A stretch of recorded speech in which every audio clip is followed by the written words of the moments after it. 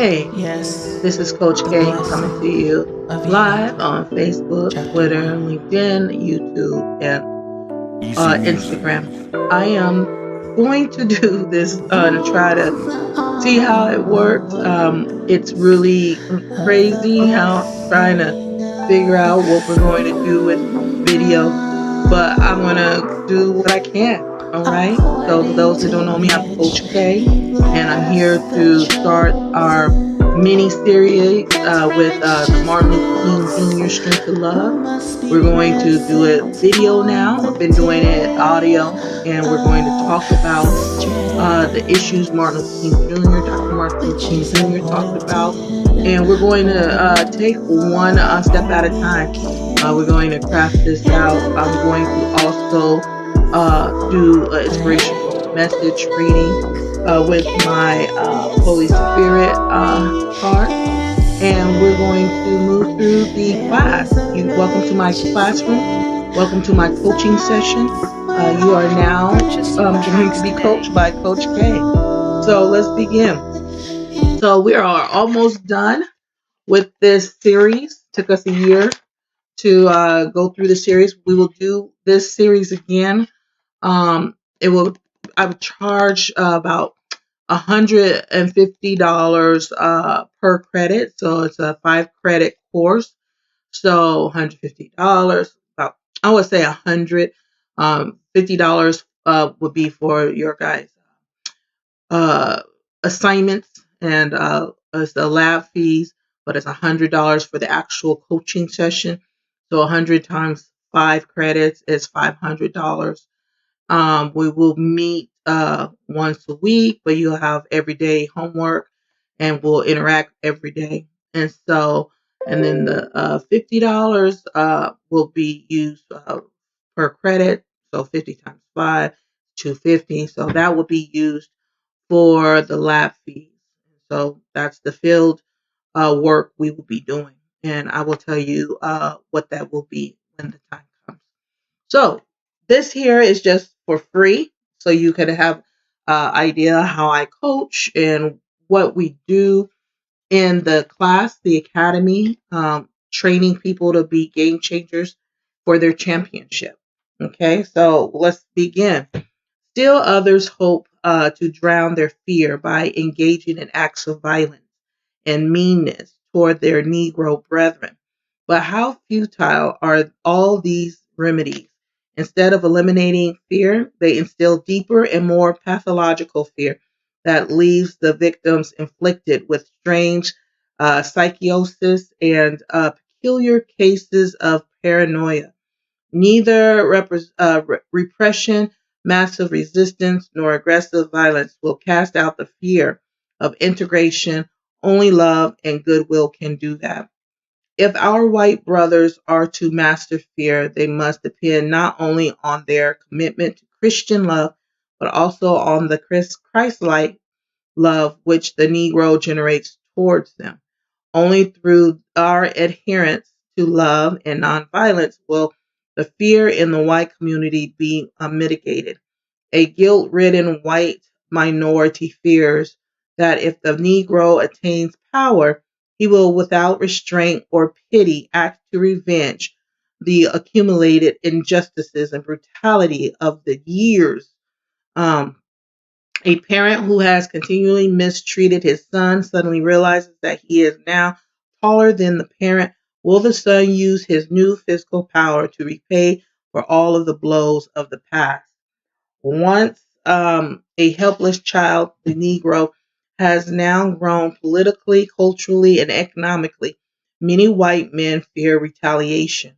The Negro must show them that they have nothing to fear, for the Negro forgives and is willing to forget the past. The Negro must convince the white man that he seeks justice for both himself and the white man. A mass movement exercising love and nonviolence and demonstrating power under discipline should convince the white community uh, that were such a movement to attain strength, its power would be used creatively and not vengefully. What then is the cure of this morbid fear of integration? We know the cure. God help us to achieve it. Love casts out fear. This truth is not without a bearing on our personal anxieties. We are afraid of the superiority of other people, of failure, and the of the scorn or disapproval of those whose opinions were most valued. Envy, jealous, a lack of self confidence, a feeling of insecurity, and a haunting sense of inferiority are all rooted in fear. We do not envy people and then fear them. First, we fear them and subsequently we become jealous of them. Is there a cure for these annoying fears that pervert our personal lives? Okay, there's just a little bit left for this section of his thoughts. Yes, a deep and abiding commitment to the way of love. Perfect love casts out fear. Hatred and bitterness can never cure the disease of fear. Only love can do that. Hatred paralyzes life. Love releases it. Hatred confuses life. Love harmonizes it. Hatred darkens life. Love illuminates it. So King did some, Dr. King did some very powerful conversations so far.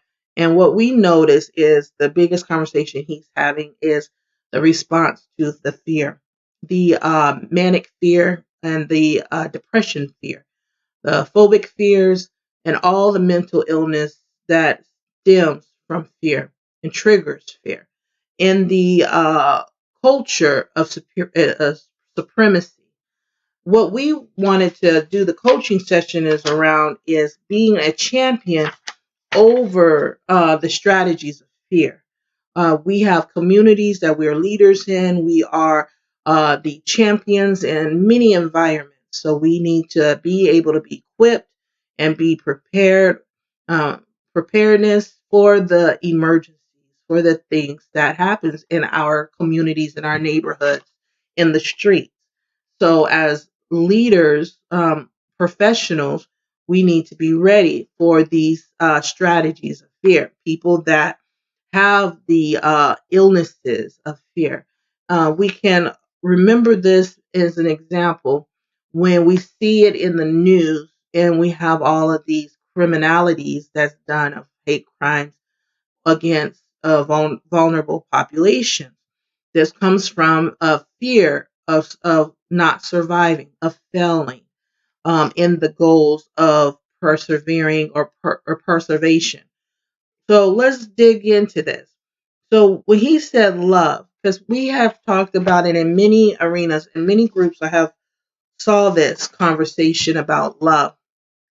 People feel that love is the weaker vessel. Love is like the way society sees women.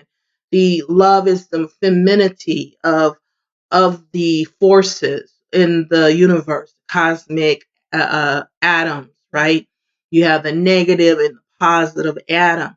And so if we use two of these atoms, we would say love is the positive atom and it's considered the weaker atom.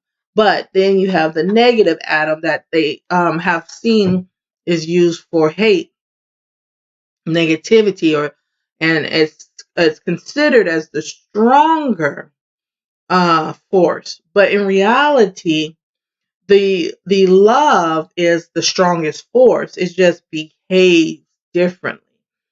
Just like a woman has to be stronger than men so that if they are in emergency, they can carry their man, their children as a mother. You have heard of the theory and the notion that women were built into a different strength, different type of strength, and it is activated differently than the testosterone strength.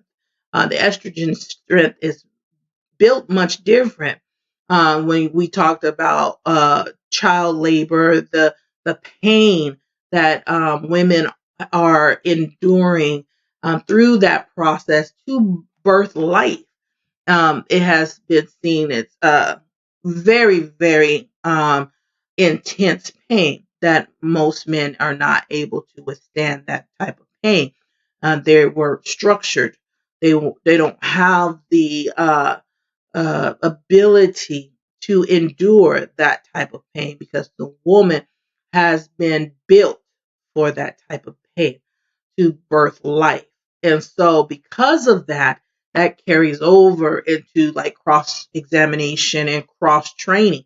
Women are built, even though we don't want to own this, but women are built to attain higher strength than most creatures because of childbearing. We have that genetic modification to create in us and to create through us. And that takes a lot of energy, a lot of pain, a lot of healing, a lot of extra, if you will, extra support in our genetics to do so. It once again, it doesn't make it superiority. It just makes it as a natural way of life to create or to procreate. And so when we use that and we activate that in our lives as a symbolism, as a correlation to what we're trying to discuss through Dr. King's theory that love prevails, it's not just Dr. King's theory. We also find it in faith based communities that practice love.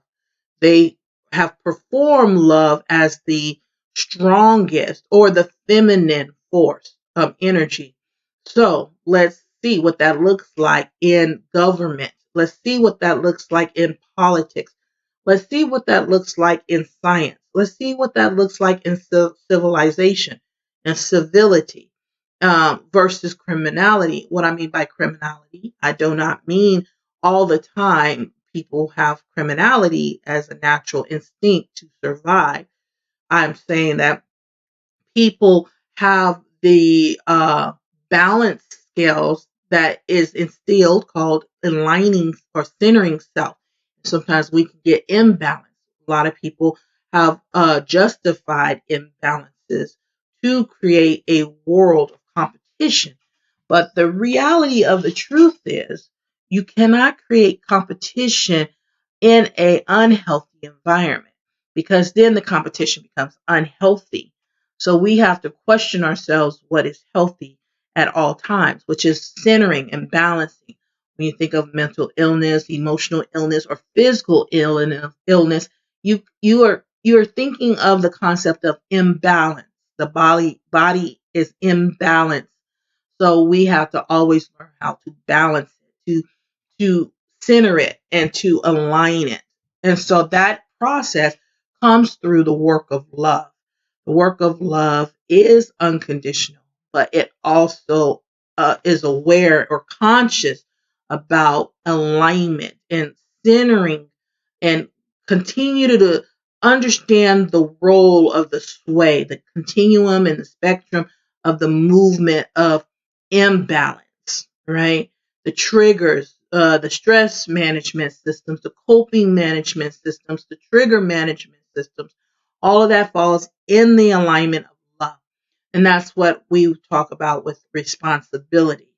And in greatness, you have to be more responsible. Even Christ has said it. To be the greatest, you have to be the greatest servant. That is in regards to the responsibility of stewardship, the responsibility of providing for others, just like a woman. A woman has more responsibility than a man has in given time that a woman births a child. We're not talking about after the child is released into the world, then it's become an equal component where a man and a female is balanced. But when a woman carries the child, if the man is unable to provide or if the man leaves, the woman has to have the responsibility to finish that journey with the child alone. So therefore, the woman becomes the barrier of life and the responsible provider and guardian of life. So that's an example of love. Now, when we look at governments, when we look at civilizations, we have seen the absence of that responsibility. We have seen corporations choose and be picky of whether or not they want to be responsible as a feminine product, a commodity, a feminine force. A lot of times, the world has been classified as a patriarchal society, and the reason why is because they choose the type of guardianship they want to be in the world with the resources they have accumulated, whether it's exploitation or whether it is by responsibility, which is fair trading or equality trading, right, of goods and business. So let's go back to what Dr. King was saying. He was saying that it was important, if not mandatory, that we are guided and we are using the power of love. And if you want to say the stewardship of love, the responsibility of love, which when we think of the responsibility of love in a healthy sense, the right mind sense. What I mean by right, I don't mean right or left or liberal or conservative. I'm talking about fitness. We're talking about wellness. We're talking about health. The information we have accumulated of giving us discernment what is healthy is called balance, right? It's centering in and also keeping things aligned. This will keep us focused and targeting what is love. Love is unconditional, but at the same time, love is responsibility, right? So what is the responsibility of guardianship and providing? Now, who is responsible? People with the most resources. If it's equal, then everybody is responsible. Some people it's not equal and they take on the responsibility because they feel the absence, so they become the substitute or the stand-in without resources. There's grandparents that stepped in to raise children, and we call that as a guardian that is almost like a substitute, even though the children love and adore their adoptive parents or their foster parents or their grandparents as their parents or aunts and uncles. They still have stand in the absence of the original guardian. And that's how we have to cross examine or cross train to be champions and be ready for hate crimes or hate ideologies or lack of responsibility institutions that will not, perform under their jurisdiction, which is the responsibility of resources and making sure it is given to all populations. If you think of a mother, it is very dysfunctional and unhealthy if she only provides one child with resources and not all the other children with resources equally. A healthy environment, the mother, the parent tries to provide equal resources to the children, unless the children have custom needs, and that's for their best interest. And it gets tailored fit for resources for each child in their needs. Now, sometimes people can argue that is still some lack of responsibility, but because some children may need more care than other children or less care than other children, and then you fall in that lines of abuse and neglect. So the best route is to provide equal opportunity. I'm going to silence this so I can finish this video. And so equal opportunity. So when you put food at the table, you give children equal amount of food. Now, here's what happens. A child may waste food because their appetite is not as much as what was provided. So there's waste, there's overflow. Then there's another child that has enough, but they're still hungry because they have a different metabolism, and then they have not enough, so that they're empty. So you have waste and then you have empty. So what happens? Well, you gave all the children equal opportunities. Now it's up to the children to provide some sharing and some we call it cross cultural leveling. Evening out the playing field, right? And so they have to make decisions to share what they have, or the parent has to regulate what is left over after the child has received its daily resource. And then the extra goes to the one that has more. Or do you punish the child that wants more and waste the food that has been given and is no longer suitable, or it's expired to go to the next day? So these are the things that happen when you're a guardian or provide, or I should say guardian, because provider and nurture, it shows you two different roles, and then we can have to develop this gender role to the highest level. And I just want to do it on the basic level. When I say gender roles, I mean gender fluidity, because each person can sway back and forth from the femininity role to the masculinity role.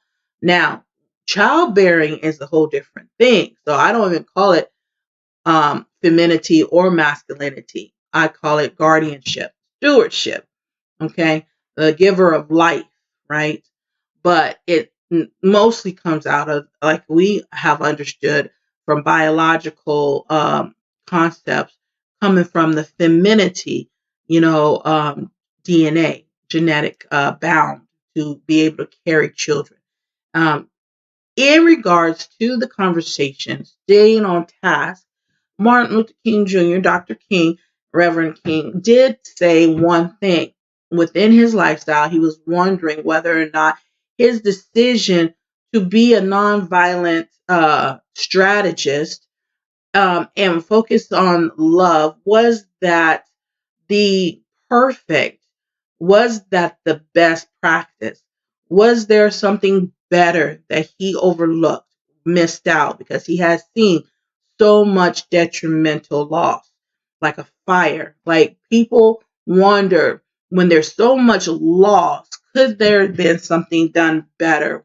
Was there something better? We saw it in Christ when he went up for the cross. For those that can relate as a believer, he was wondering, was there a better way? When he said, if it's possible, let this cup pass. But if it's not possible, let me follow through it. He was asking, go through your mind, calculate all possibilities. Was there another way that I didn't have to give my life? Okay, so I'm going to have to take this long. But I wanted to stop here. Sorry, we're going to have to pick this up with the extra stuff that I am going to work with. You guys be well. One love, much love. All.